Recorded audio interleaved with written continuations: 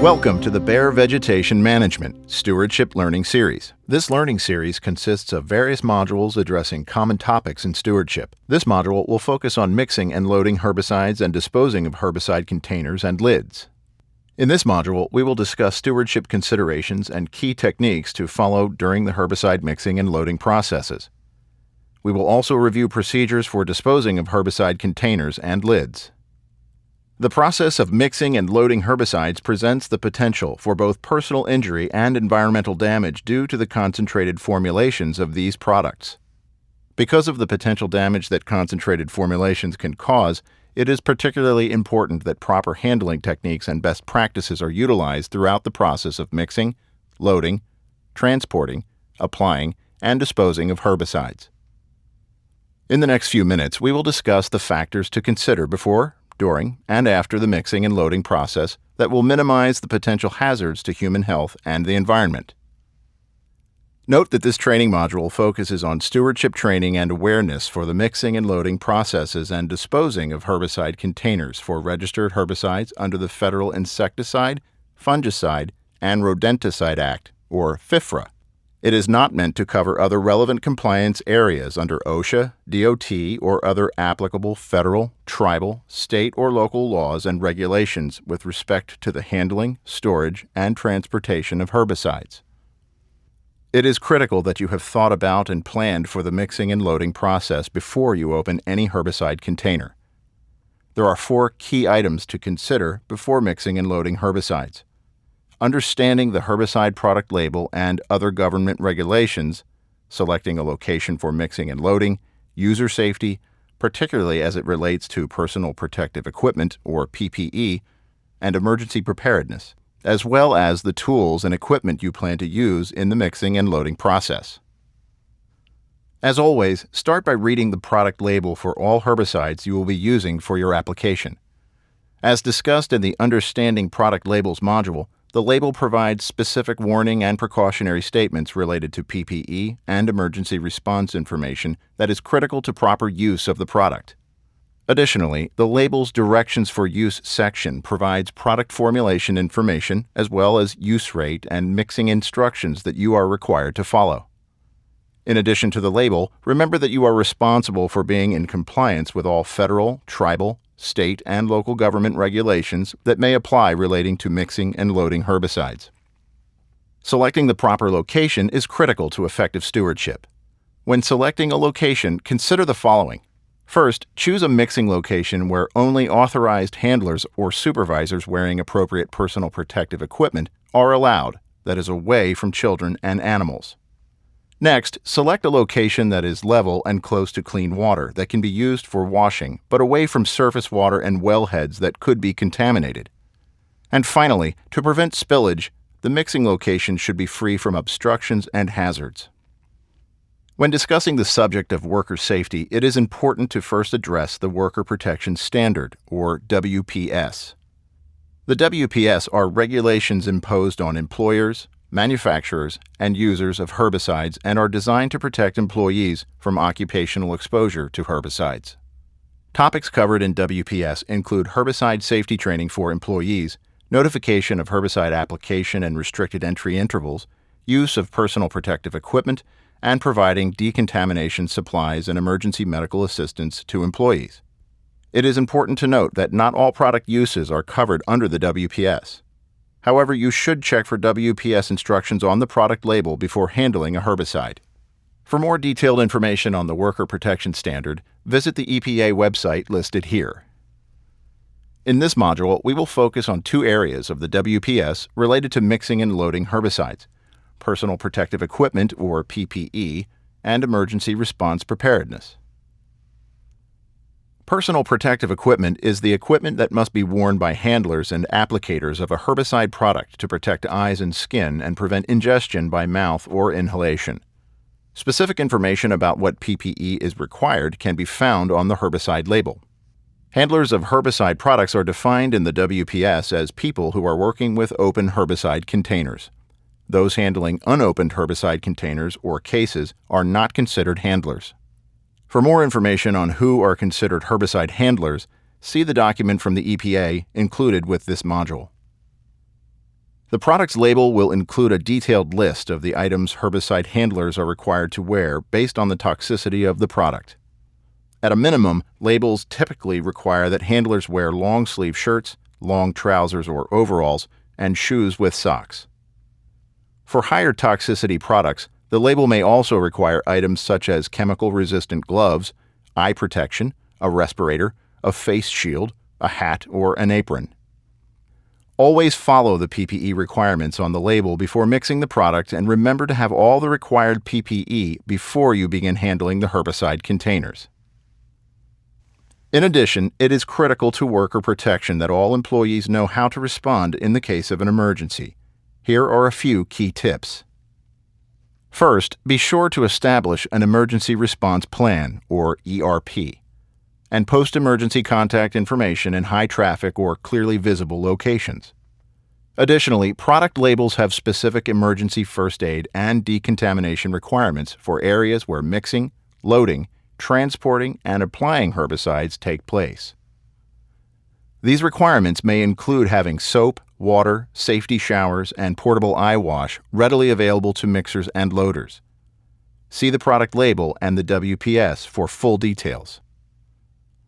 When handling accidental leaks and spills, it is also critical to have chemical absorption material and spill containment items such as containment drums, sawdust, soil, or kitty litter. And finally, make sure all appropriate employees and coworkers are trained and know how to respond in case of emergency. There are many tools and resources available to help employers prepare for an emergency.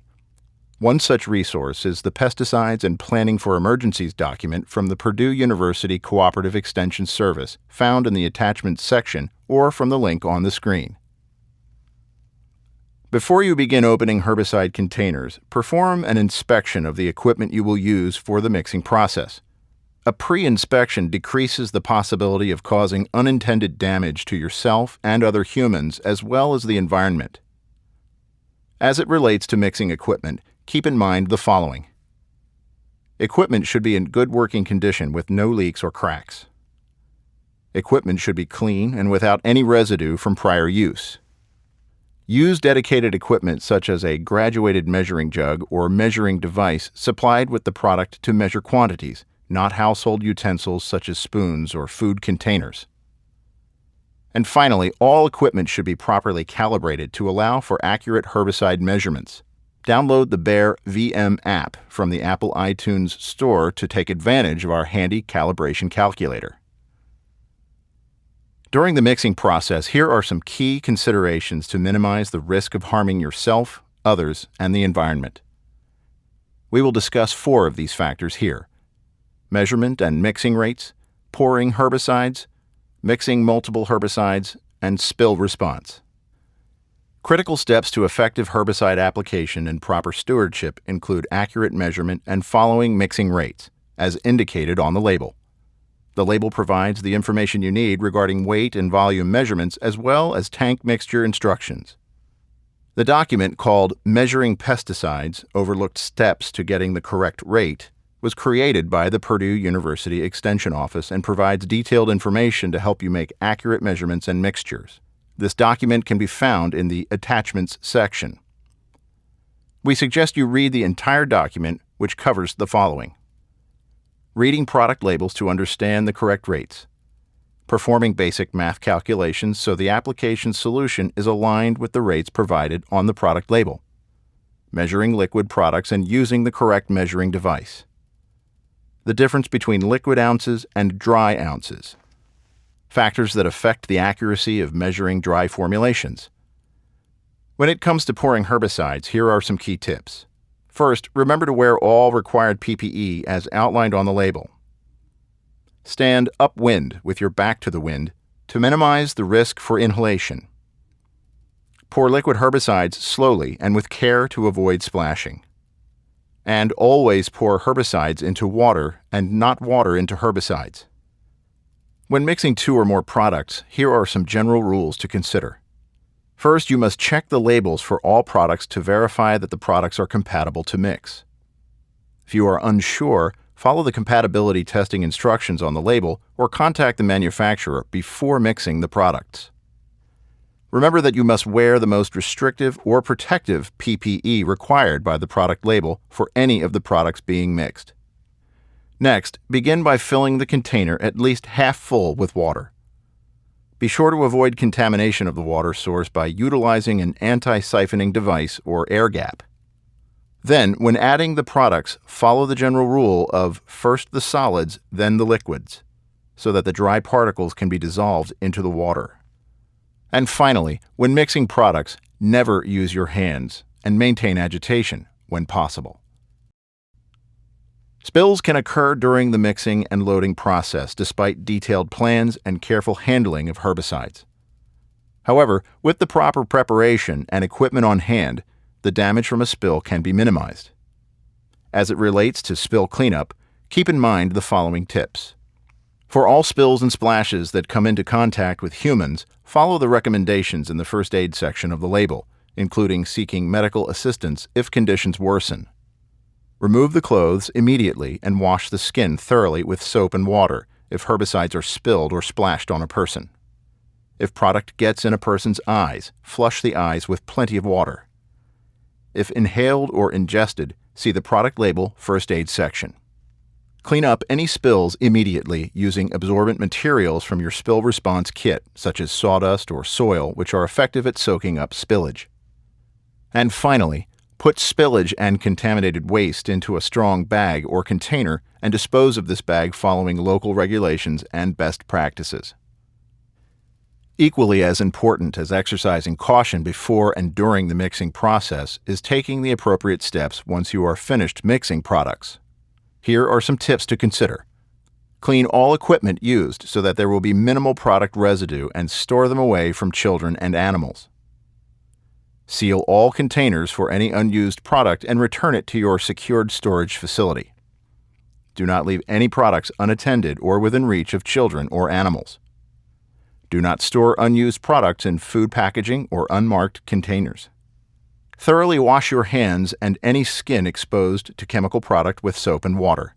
Do not eat, drink, chew gum, use the toilet, or use tobacco products without thoroughly washing your hands. Immediately remove and wash clothes separately that you used during mixing and loading. And finally, it is critical that any empty packaging and containers that held herbicides are disposed of in compliance with federal, tribal, state, and local regulations. Let's now discuss container disposal in detail. Even in very small quantities, certain herbicides can create a serious hazard for humans, animals, and the environment. In the remainder of this module, we will discuss regulations and best practices relating to the proper disposal of empty herbicide containers and lids, focusing on three key aspects: laws and regulations, rinsing techniques, and recycling. The label's storage and disposal section provides directions on how to properly dispose of herbicide containers and lids, so read this portion of the label carefully. However, in addition to the label, herbicide container and lid disposal is typically regulated at the state and local levels as well, so you also need to understand all state and local ordinances and work with government officials to determine the proper disposal procedures. For certain herbicides, even after emptying all herbicide out of a container, there may still be enough chemical residue in the container and lid to potentially harm people, animals, and the environment. For that reason, containers and lids must be rinsed in order to remove as much chemical residue as possible. The EPA has approved certain rinsing techniques that are designed to remove residue so that the container can be deposited in licensed landfills. Follow the label instructions for rinsing, and if you have any questions, consult your manufacturer and government officials to determine which rinsing method is appropriate for the containers and products you are working with. It is important to note that these rinsing techniques remove most chemical residue. This does not mean that the rinsed container is free from the herbicide and can be reused for other purposes. Your empty herbicide container should never be reused for any other purpose. Before we discuss the triple rinsing technique, let's address the best time to rinse product containers and lids. The goal is to rinse the product container and lid during the mixing process to prevent drying and caking of the product on the inside of empty containers and lids. Rinsing during the mixing process also allows you to add any rinse water back into the spray tank as part of the finished spray mix. The triple rinse process involves rinsing the container 3 times with enough clean water to fill approximately 20% of the total volume of the container. This technique is typically used with plastic, non-pressurized metal, and glass containers. Keep in mind, triple rinsing is not necessary when using returnable, refillable containers. Detailed instructions for this rinsing technique can be found using the link on the screen from the Minnesota Department of Agriculture. When it comes to rinsing empty containers, keep in mind the following key tips. Always wear protective clothing and personal protective equipment as indicated on the label. Rinsing laws vary by product and jurisdiction. Consult the product label and state and local government officials to understand requirements for your geography. As we conclude this module on disposing of herbicide containers, it is important to note that certain herbicide containers and lids are eligible to be recycled. Tribal, state, and local recycling requirements vary, so it is important to contact your tribal, state, or local jurisdiction to understand the exact requirements as it relates to recycling herbicide containers and lids. Remember, even though you may be permitted to recycle empty herbicide containers and lids, that does not mean empty containers and lids can be reused. The Ag Container Recycling Council, or ACRC, promotes and funds an industry-wide plastic container recycling program in the United States. For more information on the ACRC and its programs, visit the site shown on the screen and review their guidance for cleaning refillable herbicide containers in the Attachments area of this module. Let's now summarize the key messages presented in this module. First, before you begin handling or working with a herbicide, it is critical that you read and understand the label because it provides critical information on personal protective equipment, mixing instructions, and requirements around empty container disposal. Second, before beginning the mixing process, have a plan that incorporates all label and regulatory information, selection of an appropriate location, the proper PPE and emergency preparedness, and ensure the equipment has been cleaned and inspected. Third, follow mixture instructions found on the label and practice care in order to minimize spilling. And finally, remember that proper disposal of empty herbicide containers involves having a keen understanding of federal, tribal, state, and local regulations, including rinsing requirements. Congratulations! You have now completed this learning module on mixing and loading herbicides. Please answer the following questions to confirm your understanding of the material we discussed.